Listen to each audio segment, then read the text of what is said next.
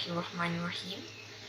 Kami dari kumpulan Al-Jazari, dari kumpulan kuliah KSB semester kedua, sesi 2019-2020, membentangkan tajuk aspek positif dan negatif daripada perkembangan revolusi industri keempat, iaitu IR 4.0.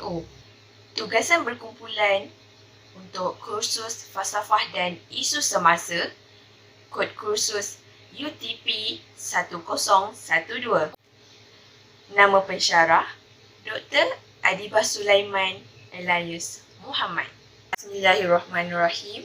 Assalamualaikum warahmatullahi wabarakatuh. Saya Nurlaili binti Azman, 1192394. Nama saya Nur Aina Faqihah binti Muhammad Hafiz, nombor metrik 119248. Assalamualaikum warahmatullahi wabarakatuh. Nama saya Nur Amilah Fadlina binti Latif, nombor metrik 1192419. Saya Nurul Asmidah binti Muhammad Nasir, nombor metrik 1192426.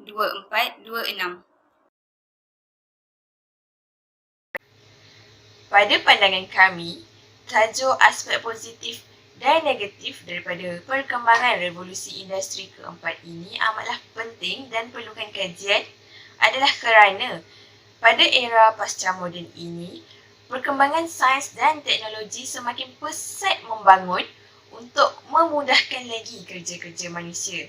Walau bagaimanapun, ada juga yang berpendapat bahawa revolusi industri keempat ini akan memberikan kesan yang buruk kepada manusia sejagat. Oleh itu, kami akan mengkaji sejauh manakah revolusi industri keempat ini akan memberi kesan positif dan negatif terhadap kehidupan manusia. Terdapat dua objektif kajian ini. Yang pertama, untuk melihat kefahaman para pelajar Universiti Sains Islam Malaysia tentang kefahaman perkembangan revolusi industri keempat ini. Dan yang kedua, untuk mengenal pasti impak positif dan negatif daripada perkembangan revolusi industri keempat ini kepada kehidupan manusia.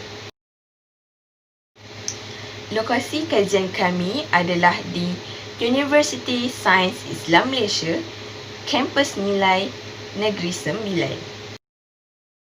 Metodologi kajian kami adalah daripada sumber rujukan perpustakaan dan juga kaedah kuantitatif, iaitu melalui soalan kaji selidik yang diberikan kepada para responden yang terdiri daripada pelajar Universiti Sains Islam Malaysia. Ciri-ciri revolusi industri 4.0 dapat dibahagikan kepada beberapa aspek. Yang pertama ialah kejuruteraan produk end-to-end. Kejuruteraan produk yang didigitalkan semasa kitaran hayatnya yang lebih dikenali sebagai smart product. Yang kedua ialah pengurusan dan organisasi, iaitu program digital yang meliputi perubahan dan perkembangan model pengurusan dan organisasi dalam penerapan revolusi industri 4.0. Ianya juga dikenali sebagai services yang meliputi segala usaha dalam mengolah big data dan membuat aplikasi. Yang ketiga, reka bentuk kerja dari segi pengembangan dan penelitian, perubahan sistem kerja yang memberikan manfaat kepada pekerja. Yang keempat, teknologi cyber physical system dan Internet of Things and Services IoT dan iOS. Pengembangan teknologi dan virtualisasi ini merupakan kunci kejayaan IR 4.0. Ialah Smart Factory, iaitu pengembangan dalam sistem pembuatan dan pengeluaran yang automatik. Yang keenam ialah pemodelan sesuatu sistem dan teknologi, iaitu usaha untuk memodelkan sesuatu sistem dan teknologi yang kompleks. Yang ketujuh, jaringan komunikasi serta safety and security, iaitu satu kemudahan untuk menerima data dengan lebih cepat serta pengolahan sistem individu. Kesan positif revolusi industri yang keempat. Revolusi industri yang keempat telah memberi impak positif terutamanya kepada 3 bidang, iaitu sektor pendidikan, sektor ekonomi dan sektor kesihatan. Bagi pendidikan, Pelajar dan pengajar mampu peroleh banyak dan pelbagai maklumat mengenai suatu perkara dengan sangat mudah dan pantas. Hal ini berpunca dari peningkatan kelajuan internet yang tinggi. Seterusnya, ia membantu pelajar meneroka pelbagai bidang melalui pelbagai aplikasi seperti aplikasi YouTube, aplikasi permainan dan lain-lain. Bagi sektor ekonomi, melalui revolusi industri yang keempat, berlakunya penggantian pekerja buruh dengan robot dan mesin yang menyebabkan pengurangan kos. Mengapa? Kerana majikan tidak lagi perlu keluarkan kos yang banyak untuk menangguh bayaran gaji pekerja.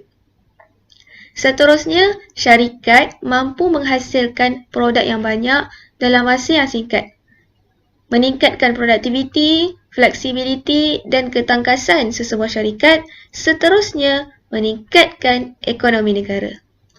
Bagi sektor kesihatan pula, penggunaan telefon pintar oleh pegawai kesihatan sebagai alat pengumpul data. Penggunaan media sosial sebagai medium untuk menyebarkan info serta maklumat mengenai kesihatan dan ubat-ubatan kepada masyarakat umumnya. Percetakan 3D tisu dan organ membantu proses penyelidikan dan pembangunan sektor kesihatan.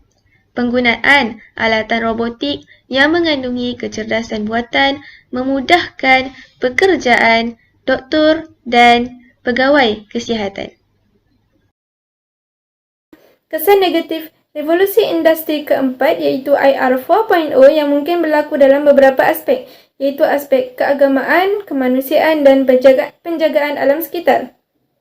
Umum mengetahui bahawa Malaysia belum mencapai status sebagai negara yang dipengaruhi oleh revolusi industri keempat ini secara menyeluruh. Dan sebenarnya banyak lagi negara yang mengalami situasi sama. Oleh itu, kesan negatif sebenar IR 4.0 belum dapat dikaji dengan jelas. Namun, perkembangan teknologi moden pada masa kini sedikit sebanyak telah menunjukkan beberapa kesan yang negatif terhadap tiga aspek ini. Kesan negatif IR 4.0 yang mungkin berlaku dalam aspek keagamaan ialah manusia menghadapi cabaran dalam menjaga akhlak dan keteguhan iman, terutamanya bagi golongan umat Islam. Hal ini demikian kerana perkembangan teknologi telah menunjangi kehidupan manusia. Seperti yang kita dapat lihat sekarang, penyebaran berita-berita palsu yang kian berleluasa saban hari dilihat mampu menyebabkan seseorang terjebak dengan gejala fitnah, yang pada akhirnya memberi kesan kepada akhlak mereka. Selain itu, manusia juga terdedah untuk menonton video-video yang tidak bermoral seperti yang terdapat di aplikasi YouTube. Hal ini seterusnya akan mencalarkan imej seseorang Muslim. Seterusnya, kesan negatif yang mungkin berlaku dalam aspek kemanusiaan ialah IR 4.0 yang berasaskan kepada mesin dan robot berupaya untuk mengambil alih peranan manusia dalam pelbagai bidang pekerjaan, terutamanya bagi golongan pekerja separuh mahir. Sebagai contoh, perkhidmatan e-hailing seperti Grab pada masa kini telah berupaya untuk menggugat kedudukan teksi sebagai mod perkhidmatan awam di negara ini.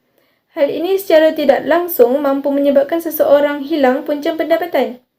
Selain itu, seseorang yang terlalu bergantung dengan telefon pintar boleh menyebabkan seseorang itu mengalami nomofobia. Apakah nomofobia ini? Nomofobia ini berasal dari perkataan bahasa Inggeris iaitu no mobile phone phobia, yang mana seseorang itu akan mengalami gangguan emosi, kurang fokus dengan keadaan sekeliling, antisosial dan menyebabkan seseorang itu mengalami insomnia iaitu kekurangan tidur. Di samping itu, perkembangan IR 4.0 mungkin akan menjejaskan alam sekitar melalui pembangunan kawasan-kawasan pintar seperti kelam pintar dan rumah pintar.